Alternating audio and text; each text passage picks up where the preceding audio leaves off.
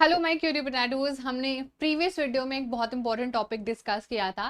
That was power sharing का जो organs वाला, which is also called as a horizontal form of power sharing, हम लोगों ने बहुत अच्छे से समझा था।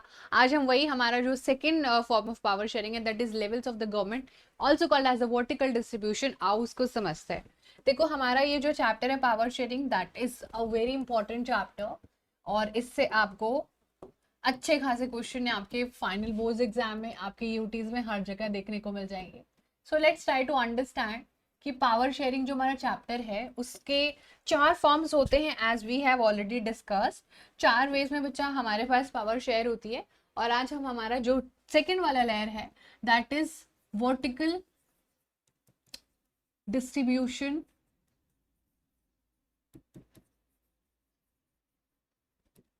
Of power. जो पावर होती है वो वर्टिकुलर डिस्ट्रीब्यूट हो रही है। And what is the vertical line? As we have already seen this part, that vertical line is not this obviously, ये होती है हमारी वर्टिकल लाइन।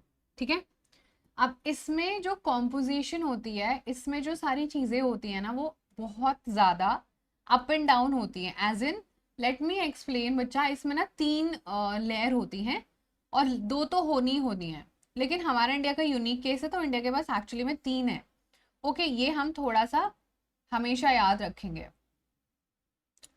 अब इंडिया के पास तीन वर्टिकल डिस्ट्रीब्यूशन में पावर को शेयर किया जाता है। Late me explain each one of those.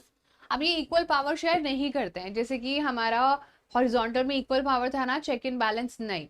यहाँ पर जो सबसे टॉप पर होता है, that is called as the national government, जिसके पास सबसे ज्यादा पावर होती है। ओके, देन जब हम सेकेंड लेयर की बात करते हैं तो उसको हम बोलते हैं स्टेट गवर्नमेंट, जो सिर्फ स्टेट की पावर रखते हैं और स्टेट पर ही अपना सारा कंट्रोल।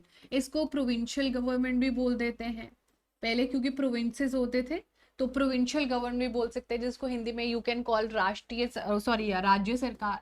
ये वाले को हम यूनियन गवर्नमेंट भी बोल देते हैं, बिकॉज ये पूरे इंडिया की गवर्नमेंट होती है।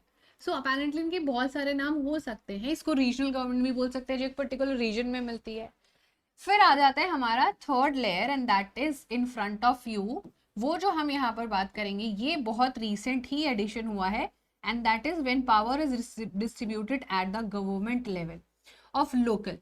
जब गवर्नमेंट का लेवल लोकल लेवल तक भी पहुंच जाए, और वो लोकल लेवल जिस पर हम लोग रहते हैं, और हम लोग कहाँ रहते हैं, या तो हम लोग अर्बन एरियाज में रहते हैं या फिर हम लोग रूरल एरियाज में रहते हैं। ओके बच्चा, remember this very clearly, rural areas में रहते हैं या फिर अर्बन एरियाज में रहते हैं। ये हम जब पढ़ेंगे तो हमें बहुत सारी चीजें समझ में आएंगी, और जो रूरल गवर्नमेंट होगी और जो अर्बन गवर्नमेंट होगी, उसमें एडमिनिस्ट्रेशन चलाने का सिस्टम भी अलग होगा। For example let me tell you, for example अगर हम रूरल एरियाज में रह रहे होते हैं ना, तो हमें पता है कौन से टाइप की गवर्नमेंट मिलती है देखने को, जिसको हम लोग पंचायत कहते हैं। तो ऑलवेज रिमेंबर कि जो पंचायत सिस्टम होता है वो शहरों में नहीं होता है। पंचायत सिस्टम एक्चुअली हमारे रूरल एरियाज में होता है। ठीक है, और अगर हम लोग बात करें अर्बन एरियाज की, तो अर्बन एरियाज में पंचायत नहीं होती है। अर्बन एरियाज में रिस्पॉन्सिबिलिटी होती है म्युनिसिपैलिटीज की, म्युनिसिपल कॉरपोरेशन की। दोनों में क्या फर्क होता है? कुछ बड़ी सिटीज के लिए होती हैं म्युनिसिपैलिटीज और म्युनिसिपल कॉरपोरेशन, ये दो कुछ बड़ी के लिए और छोटी के लिए। Like for example we have Delhi, we have Kolkata, we have Mumbai, है ना, वी हैव चेन्नई। ये कुछ ऐसी जगह है बच्चा जहाँ पर बहुत बड़ी बड़ी मल्टी और नेशनल सिटीज है हमारे पास। ओके, तो ये हमारा इस टाइप से पूरा का पूरा जो है सारा सिस्टम होता है, जिसको हम वर्टिकल डिस्ट्रीब्यूशन ऑफ पावर कहते हैं।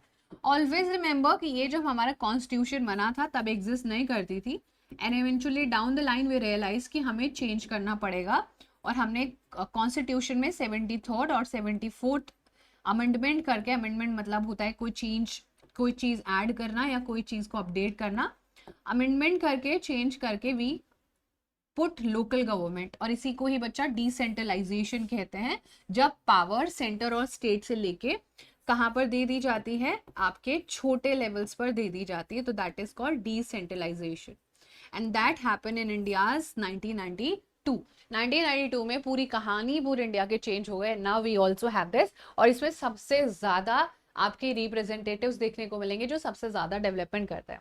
ऑलवेज रिमेंबर यहाँ पर जो लेवल होता है, सम लेवल शेयर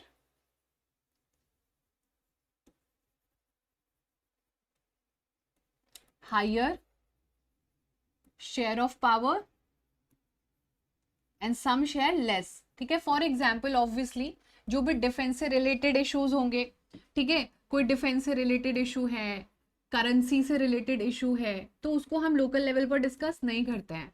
फिर हमारा पुलिस हो गया, अब UP police, Haryana police, Delhi police, trade से रिलेटेड चीजें हो गई, वो सब अपना स्टेट खुद देखती है.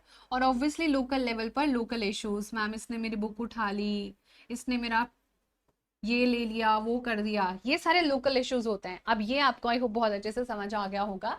And that was all about this video. And now I will see in the next class. And आपको वीडियो कैसी लगी मुझे कमेंट में जरूर बताना, और फिर हम मिलेंगे लाइव क्लास में. Thank you so much everyone, sending all lots of love, bye, take care.